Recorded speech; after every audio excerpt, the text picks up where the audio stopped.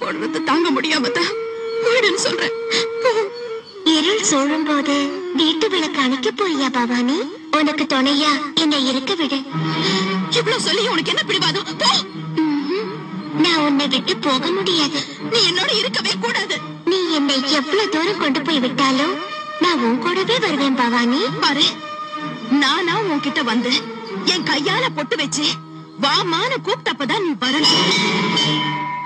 அதுக்கு முந்தி நீ வந்தேன்னா என் பொண்ணு அந்த ஆத்துல மிதக்கும். என் தாலி மேல ஆணையா சொல்றேன்.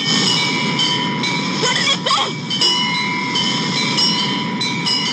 அருள் புரிய வந்த மகள் அம்மனின் கரியது பெரியதோர் துணை இதனை பிரிந்ததென்ன இளமாது.